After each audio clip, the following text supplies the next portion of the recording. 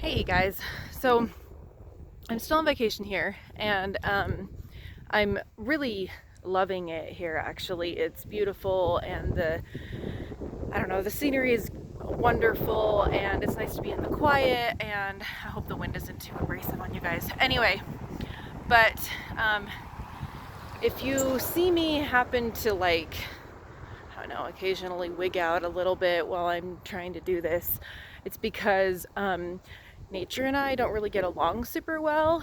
I don't do well in the wilderness.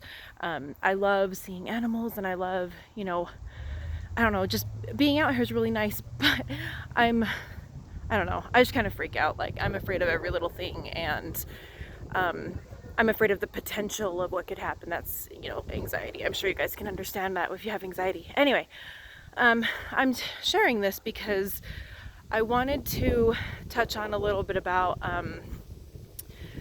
figuring out who you really are, like trying to figure out who you are for real at your core. For a long time, I was dabbling in things like scrapbooking and painting, and let's see, what else would I do? I can't think of anything off the top of my head, but there were certain things that my friends loved to do. A lot of times they were crafty things or whatever, because I wanted to be part of a group. I wanted to be included. I wanted to have friends.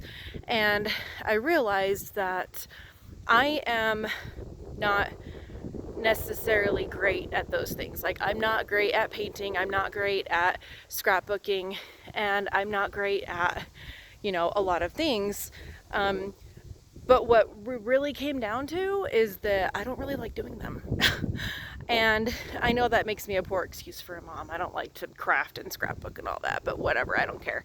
Anyway, when I realized that I didn't even really like doing them, it was really liberating for me. I was able to not focus my energy on things that I didn't even, want to partake in, just because I wanted to be included in a group of friends.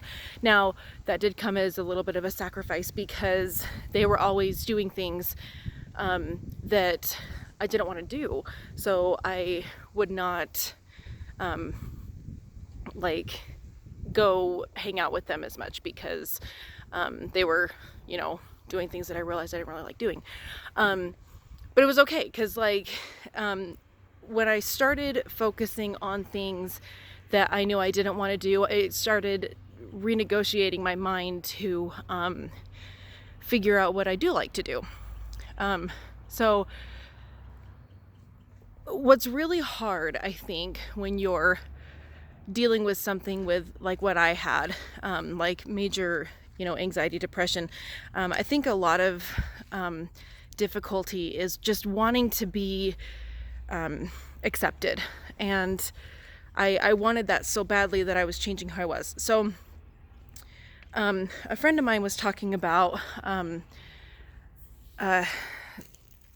trying to figure out who she really was. I'm going to try to sit on this rock and not be touched by a bug. Okay, anyway, so she told me that she was sitting in her house and trying to think of who she was as a real person, because she was noticing that she, was only liked things that her friends liked. And she said, I really like horses. And she realized that it was just something that was about her, that was, at her core. So this process takes a really long time, because I think that, at least with me, I wanted, like I said, so badly to be accepted, that I started saying, yes, I do like these things. Yes, I do want to partake in these things. And I had to rewire my whole brain. So part of that, I think, is sorry, you guys, okay, I'm not gonna sit on this rock. Okay, anyway, so part of this learning process is accepting that you might not be great at some things, and that's actually really hard for me. So what I do is, and I'm really sorry if I've mentioned this before, but I don't think I have, anyway, I was at one of my daughter's soccer games, and there was this lady who was reffing. And if any of you have been part of any kind of like it was ASO soccer, so it's all volunteer, it's all, there we go, that's better. So all of the coach positions, the ref positions, all things like that, they're volunteer. Sometimes it's really, really hard to get, especially a referee. And I think this lady, who was just someone's mom, just like they asked her on the spur of the moment, and she said that she would be a ref. So she was in there and she was missing calls. She wasn't able to see a whole lot of stuff. And there's training they go through that she hadn't gone through. And so people were kind of like, hey, you need to, pay attention, or you missed this, or no, that's supposed to be a goal kick or a corner kick or whatever. And I feel like she might have been getting a little frustrating, but she turned around and she kind of just said to one of the spectators, she's like, you know what? It's okay that I'm not good at this. I have other talents. And that quickly became my mantra for my life. I was like, that's it. I have other talents. So even this morning, I made pancakes, and I'm not great at making pancakes, but I like to make them because I like making my family happy and they love pancakes. And so I made them, and I burned a few, and I didn't make enough batter, and it was a disaster. But my kids were happy, but I hadn't made enough for my husband and myself, and just my kids ate them. And so I said, it's okay, I'll just have cereal or whatever. And my husband's like, no, it's okay, I'll make some more pancakes. And I can't remember exactly the conversation that we had, but I was sweeping up, and he's like, I said, I'm just really not great at making pancakes. And he says, stop, like he kind of does. And I was like, no, you know what? That's okay. I am fine with not being able to make pancakes very well because I have other talents. And so as you're going through this process of trying to figure out what you actually like, who you really are, it makes it so that you're able to, wow, holy flyaways. Anyway, it makes it so that you're able to accept the things that you are not super great at, like that you might fail at, because, as somebody with depression, whenever I would fail, I beat myself up like crazy. Like I just thought I was the worst thing ever, and that I was just this massive failure.